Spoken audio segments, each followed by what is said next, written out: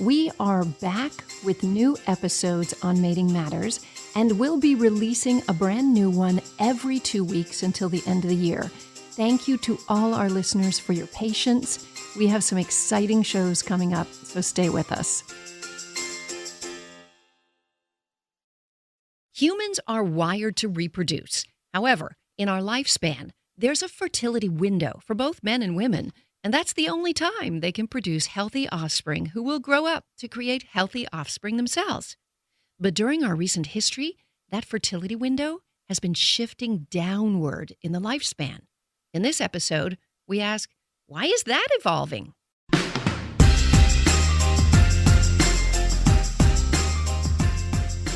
Welcome to Mating Matters, the podcast that looks at human behavior through a lens of evolutionary psychology and human mating strategies.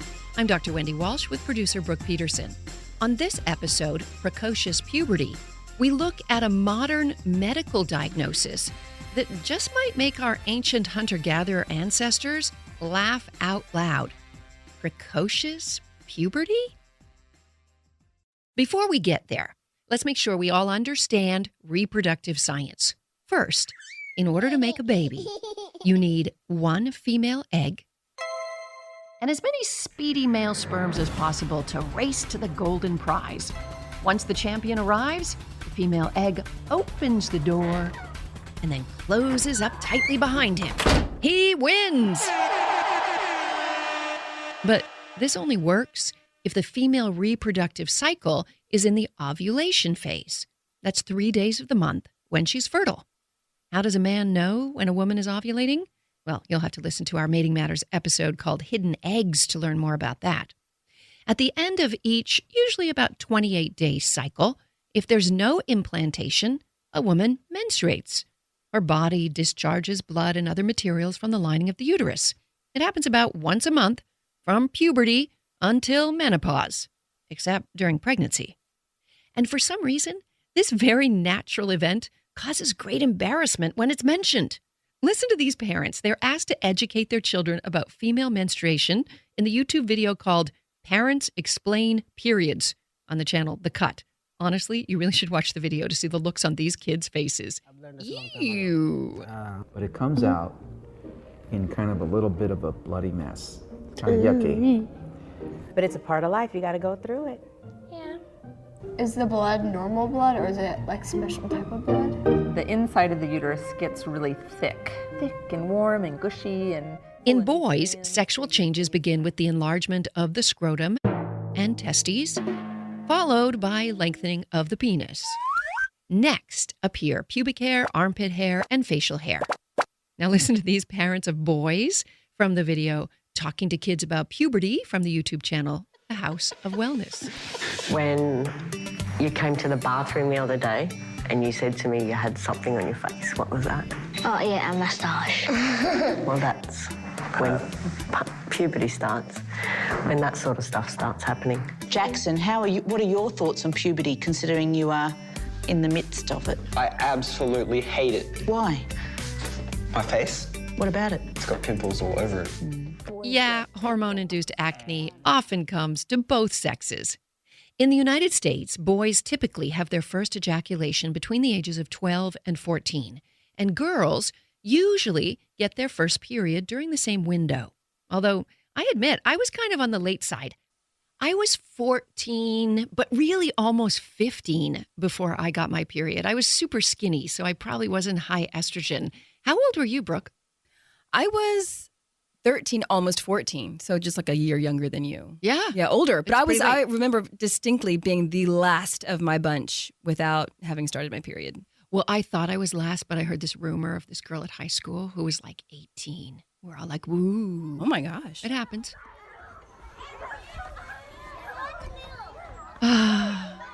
Puberty is the beginning of the end of blissful childhood, when children play freely as they practice life skills with make-believe. By the time they hit puberty, they have supposedly learned everything they need to know and are ready to become parents themselves. Well, my symptoms began around age 4, but I was not really aware of anything other than I was just taller than all my peers. And it wasn't until I was 7 that I began my period and didn't know what was happening. Well, it started when I was in second grade. When I first noticed it, I was told that I was tall in first grade. I don't remember that. But second grade, my breasts started developing. And it was strange. It was weird. It was the first time I really noticed. I was wondering, okay, well, what are these? But I started developing more, getting a little bit chubbier, and then having breast buds, and then getting taller than everyone. I remember getting a lot of questions from the girls in my troop. And just the generals, we haven't gotten those yet. What are they? Do they hurt? My daughter is 4 years old. She'll be 4 years old Monday. And she started treatment for this when she was just 2. Okay, my jaws just dropped. Wow. The treatment this mom was talking about was for a diagnosis of precocious puberty, a condition that prompts the human body to become fertile long before the brain and society are ready. Precocious puberty is defined as a girl getting her period below the age of 8 and a boy with a changing voice and enlarged external sex organs below the age of 9. It's estimated to happen to up to 20 children out of about 10,000. But that number continues to grow. Oh, I think I need an endocrinologist here. In fact, get me the guy who wrote the textbook on precocious puberty and who treats it all day long. Anyone who ever read his text in medical school knows his name. It is Norman Lavin. I have an MD and a PhD, and I teach at UCLA part of the time, and I have a private practice most of the time in endocrinology. So we're doing an episode on precocious puberty, and it is my understanding that the age of puberty has been going down in our species. Do you have any idea why that is? There have been a lot of changes over the last several hundred years. For example, in height, if you look at a museum anywhere in the world, you'll see the armored gentleman at 5'4", 5'5". Obviously, everybody's gotten taller. Look at the basketball players, everybody's gotten taller. And there have been changes, and we're not 100% sure why that is in terms of puberty. But it's dropping as every generation it drops. For example, probably 200 years ago, normal puberty was at age 18, 19, 20. And then it went down to 16, 15, 14. And now we're seeing kids at 7 and at 6. Age 7 or even 6? And it varies between ethnicities. Could you break that down for me? Which ethnic groups are? The youngest is the American black person. It could be at 6.5 years of age, 7 years of age. Then the Caucasian white person, maybe 8, 9, 10, and the Mexican American a little older, 11, 12. Why that breaks down that way, we have no idea. You know, one of the theories that I've heard bantered about is that, when we lived in our hunter-gatherer past, we lived in small encampments of, moving groups of families of 30 to 35 people, and we weren't exposed to a lot of extra humans. The pheromones emitted by non-biologically related humans are different, and we have a hugely sexualized media, so that even on buses going by, children are seeing half-naked people advertising from Victoria's Secret to Abercrombie, etc. Do you think this is sort of sending a message to their pituitary gland that they're out on the savannah ready to breed? It's possible. There's a great focus on sexuality in the media, of course. There are differences with different people. And it could be anything. It could be the food. It could be the hormones that are integrated into perfumes and different things that we don't know. So let's talk about who is more susceptible to precocious puberty. You mentioned ethnicity. What about gender? The female has a 10 times greater chance of getting precocious puberty than the male. However, the male has a greater chance of getting a cancer or a tumor causing the precocious puberty.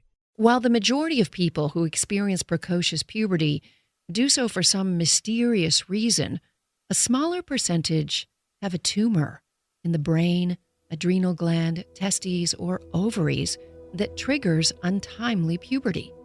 For those patients, and they really are patients, urgent surgery and other cancer treatments are necessary. Dr. Lavin says the youngest patient he ever treated was just 11 months old. She had bleeding, which they thought initially was some problem with the bladder or the lining or something like that, because they couldn't believe it was precocious puberty.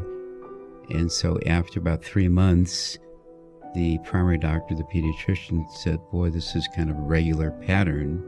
And they sent her to me, and she actually has a brain tumor. She's being treated both for the precocious puberty and has had initial surgery for the brain tumor. Cancer wasn't the diagnosis for another little girl who began puberty at the age of 2. Her mother was in disbelief. So this little 2-year-old girl, and about 4 months after, she had a menstrual cycle after her first appointment with the endocrinologist. Were you shocked? Absolutely, because the lab work had came back normal. So my first thought was that someone touched her. So the first day, I rushed her to the ER, and they then immediately sedated her and did a complete physical exam. And what did they come up with? At that point, they said that no one had touched her. She had not been mistreated in any way, and that we needed to contact endocrine because they believed that it was her period. And I did. And then they performed a stimulation test, which came back alarmingly that she had precocious puberty. Hi, this is Brooke. Just a quick little primer on diagnosing precocious puberty. Doctors often use x-rays and stimulation tests. The x-ray is used to see the size and shape of a child's bones, and doctors can then estimate the maturity of their skeletal system, or the bone age. A stimulation test shows how certain glands in their endocrine system, maybe like the pituitary gland, are responding to various hormones or other chemical markers. These are just a couple of the tools that doctors use to come to a precocious puberty conclusion, and you'll hear our guests refer to them as they tell their stories. Now she's 4. She is, yep. Can you describe her physically compared to other 4-year-olds now? I would say she's double the size. She's currently 4 years old, but wearing a size 7 clothing. Fortunately, it is the rare case in a patient so young. What we do know is that in most cases of precocious puberty, that is, the onset of sexual maturation earlier than would be expected in a culture, a devastating psychological consequence is possible. Now, there is some research to show that early maturing boys, those who become tall, muscular, and, well, manly early, sometimes have a social advantage, especially in sports. But that doesn't negate the psychological consequences. There's a sense of being different that most kids that I've seen over the years is not a favorable thing for them. They want to be part of the peer group that they're in. So even though they're stronger and bigger, they may be looked at differently in that they're stronger and bigger.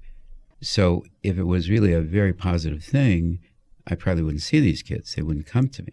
They're coming to me because they don't feel right. The big symptoms that affect development are a super early explosion in height, like having a kid who wears 6-year-old clothing at the age of 2. This is followed by the onset of early sexual maturity, and that causes the pituitary gland to send a message to stop growing because their body is technically now an adult. This 32-year-old woman was put on medication to treat precocious puberty at the age of 7 when she got her first period. When you got to Children's Hospital, how did they treat you? Well, first they had to figure out what was going on, and they did an x-ray of my hand, and then they did a physical exam and also an MRI of my brain. And then they did determine that it was precocious puberty, not by any particular known cause, like I didn't have a tumor or anything. And they began treating me with a monthly injection of Lupron. That basically stopped my body from growing, stopped my hormones from raging, and allowed my body to go back to being just a kid without the raging hormones.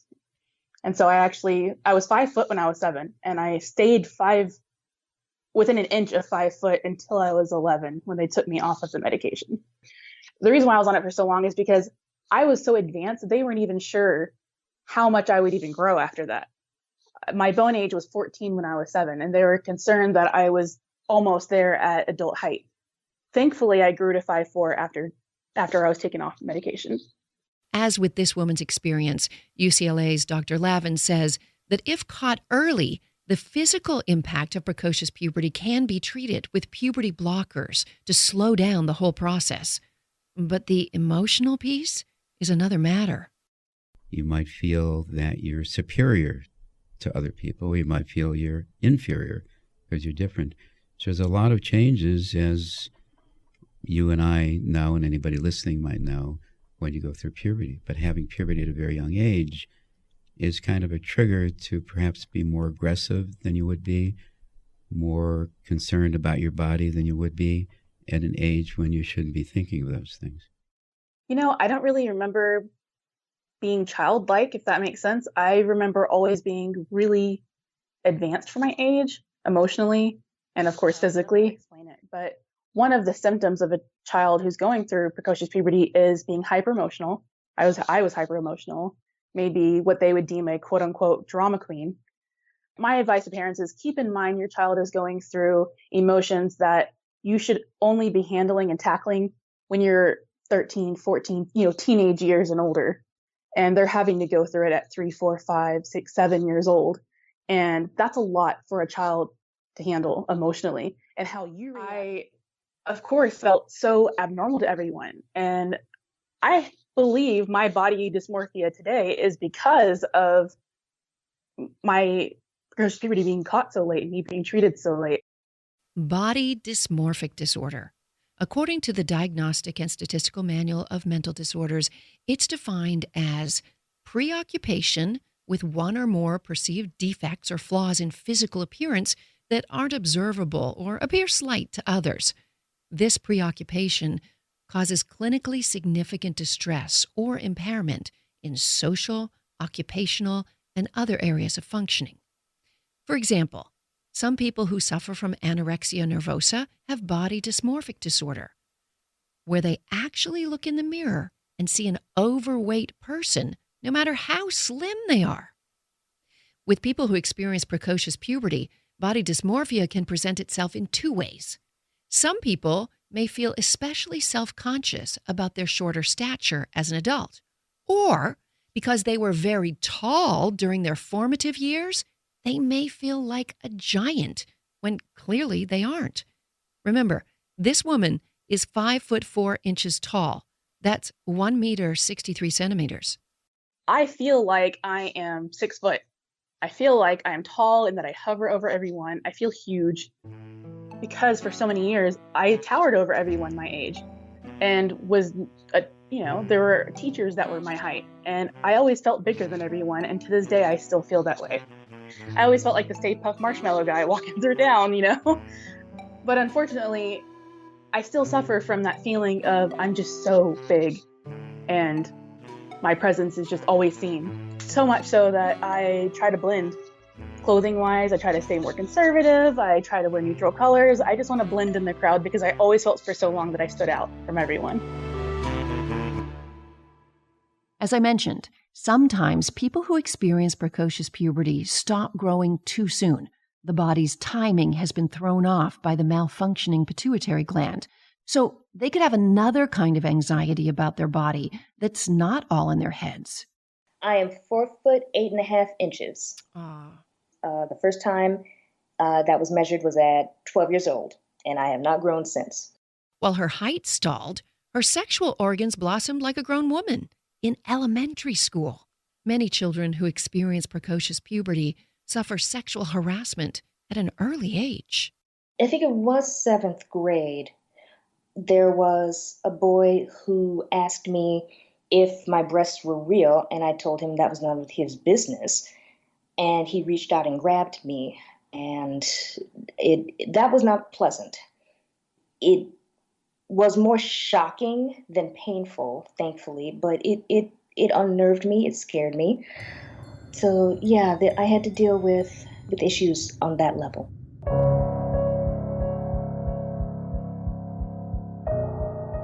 Sadly, some children who experience precocious puberty are also vulnerable to sexual abuse because their body presents as physically older than they are, but yet their brain is still one of an innocent, vulnerable child. Even as an adult, the emotional legacy of precocious puberty can remain, manifesting itself in anxiety about dating and relationships. I don't do well with dating, and this is a major factor of it. I truly have a fear of, having a normal-sized boyfriend who's like, 5'10", 6 feet, something like that, and me next to him walking through a park and, like a cop coming out of nowhere and saying, "What are you doing with this child?" And I'm thinking, okay, do I really want to? It's an irrational fear, but it is something that crosses my mind. My husband will see pictures of me when I was 13, 14. He'll say, "How old are you here?" Thinking I was in my early 20s. And I'm like, "Oh, I was 13 or 14. He's just like, "Oh God, that's just weird." So as I got older though, dating was difficult because then you get into, now men have, boys have hit puberty, and now the things that they find attractive are physical things. And it became everything that someone wanted to date me for was because of physical things like being developed and being curvy. And it was tough. I mean, no one wants to be objectified like that. Okay, I think it's time to put on my evolutionary psychologist hat and posit a few theories about why precocious puberty is increasing in our current human culture. We already mentioned that it may have to do with growth hormones given to animals that we consume. Or maybe even the sexy pheromones in perfumes can trigger sexual development. Along these same lines, some psychologists speculate that our ever-pervasive and increasingly sexualized media is sending images through the occipital lobe. Now, the job of the occipital lobe is to visually process and interpret our environment and instruct the body what to do. See a lion? Release adrenaline so you can run fast. See a bunch of Victoria's Secret, Abercrombie ads, or even pornography? Release a bunch of sex hormones so you can procreate. But there's another uncomfortable theory about precocious puberty, and it has to do with our living situations. Back in our hunter-gatherer past, we lived in moving encampments, mostly with people who were biologically related to us. We constantly smelled the familiar pheromones of our stinky siblings and were basically turned off. But when the odd new hunter entered our tribe, we sniffed the air and we all sat up a little straighter. Today, with families flung far and wide from their multi-generational tribe, kids are smelling plenty of new hunters, stepbrothers, mommy's boyfriend, hot stepmoms, the other kids in class. It's like we've left the nest and are out in the field ready to reproduce. In evolutionary terms, there's an even more plausible explanation for the increasing numbers of people experiencing early puberty. They aren't early. Everyone else is late.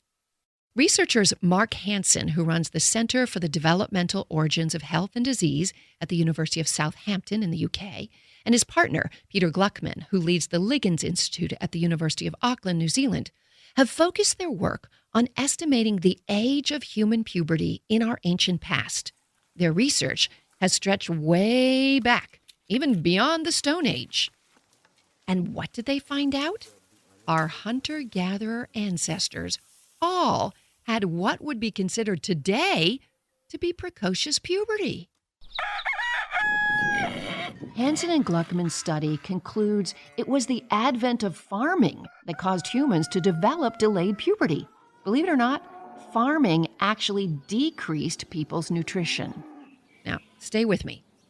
Every week, along the path, hunter-gatherers ate dozens and dozens of different nuts, roots, fruits, veggies, eggs, fish, fowl, and meat. And their dinner plate constantly changed with the terrain. But settle a few Homo sapiens on one plot of land, and you're limited to what that soil and season will produce. Our menu shrunk immensely, and so did our health. Plus, farming contributed to a lot of diseases. In this health crisis, to conserve energy, Mother Nature adapted to that environment by pushing off puberty a few years until the kids were bigger and stronger. And today, humans are adapting to yet another new environment. Sure, we're still farmers, but we've adapted in other ways.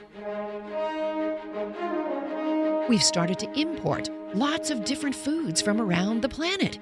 We have modern medicine and immunizations. We work out and we take vitamins. In short, we've become healthier and mightier. Dun, dun, dun, dun, dun. As a result, the age of puberty, according to these researchers, is falling back to its natural schedule. Ah, good to know. Except now we have a new problem to adapt to. Back when we were hunter-gatherers, our social worlds were very small and our means of obtaining food fairly simple. One extended family to hang with, a neighboring tribe to look for mates, only so many people to evaluate, and close kin folk to watch out for us. Things were psychologically pretty simple for us to figure out. Today, our society has become very complex. Before a modern human can reproduce, he or she needs years of education, skills for complicated jobs, and they need to learn how to judge the safety of sexual partners who nobody knows. In short, psychological maturity takes much longer to reach today. These days, our bodies are ready to reproduce long before our brains are. Case in point, the wildly successful MTV show Teen Mom. The entertainment value? Watching young parents who are unable to cope. Get in your seat. I have to find a job. I have to go back to college. I gotta pass my classes and bills and all this and that. But I did not choose to have a baby at 57. You chose to have the baby and you put all the responsibility on me. I cannot believe this. Get away from me. I need to talk to you, What do you because want? I do. What do you want? Because I love you. All right, and I bye. want to talk to you. No, I'm leaving. Why? Why can't you just talk to me? Stop. Smoke what? Weed. What do you think? I haven't smoked all day long. What are you going? You need drug rehab? No, not really. I like to smoke about this time of the day. And all this is keeping me to where I can't go do it. Now, I'm gonna go do it. Who knows how much of that reality TV is actually authentic, but it does illustrate that just because you can do something, like have a baby, doesn't mean you're ready to. So while we're busy waiting for our brains to catch up with our bodies, many parents are struggling with how to deal with kids who experience early puberty. Here's endocrinologist Dr. Lavin again. Often mothers will come in and say, I didn't realize my son was going to puberty early. I just saw him shower for the first time in the last 3 years or 4 years. So they don't often know. And there's a lot of kind of either embarrassment on the one hand or some kind of abrasion between the parents and the kid when he's trying to hide. Now he feels bad that he's different. So there's a lot of tension that occurs with them. The most common advice by the medical community: administer a puberty-blocking drug called Lupron. But the unknown side effects worry some parents too.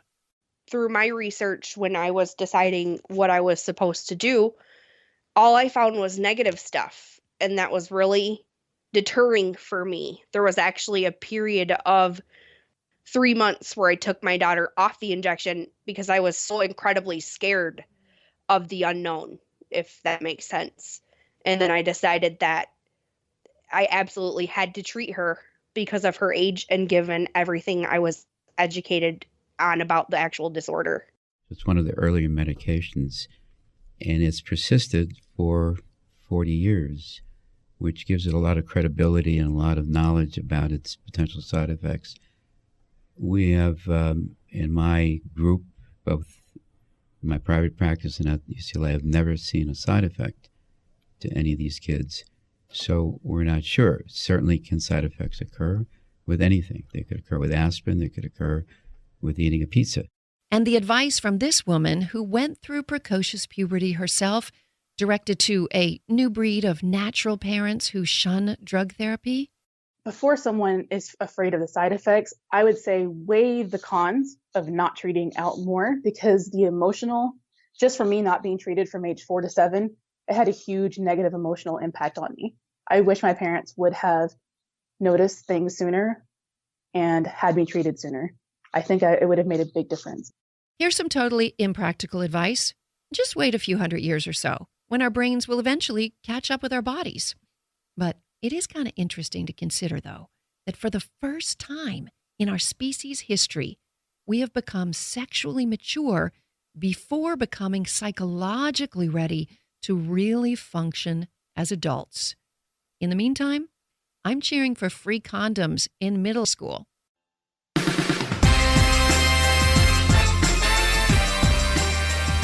Mating Matters is produced in partnership with iHeartMedia. It is researched, interviewed, and written by me, Dr. Wendy Walsh, and it is edited and produced by Brooke Peterson. You know, people don't learn about podcasts usually by just searching around. They learn about a podcast because somebody who loved that podcast told them about it. So please subscribe, write a review, and more than anything, hit that share button now. Thanks for listening. I'm Dr. Wendy Walsh.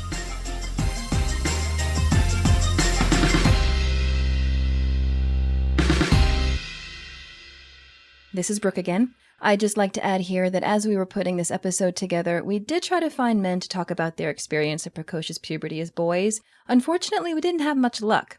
If you're a guy who started puberty much earlier than your peers and would like to share what it was like for you, please call our message line or send a voice memo to our email. You'll hear that at the end.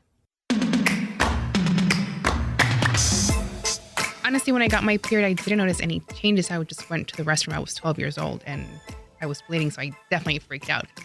I suppose probably around 12. I remember my mom got me this book, The Care and Keeping of You. And then I got my period when I was 13. I was around 8 years old. And then at 9, like a couple of weeks after my birthday, I got my period. So how tall are you? I'm 5'4". And how tall are you compared to your siblings? I'm the shortest one. They're super tall. Now, when you were younger before that, were you like super tall in your class? I was actually one of the tallest ones, and then I stopped growing. Now it makes sense. Even now, do you feel like you're taller than you actually are? Do you feel smaller than you might be? Like, do you feel correct in your body? I think I should have been taller.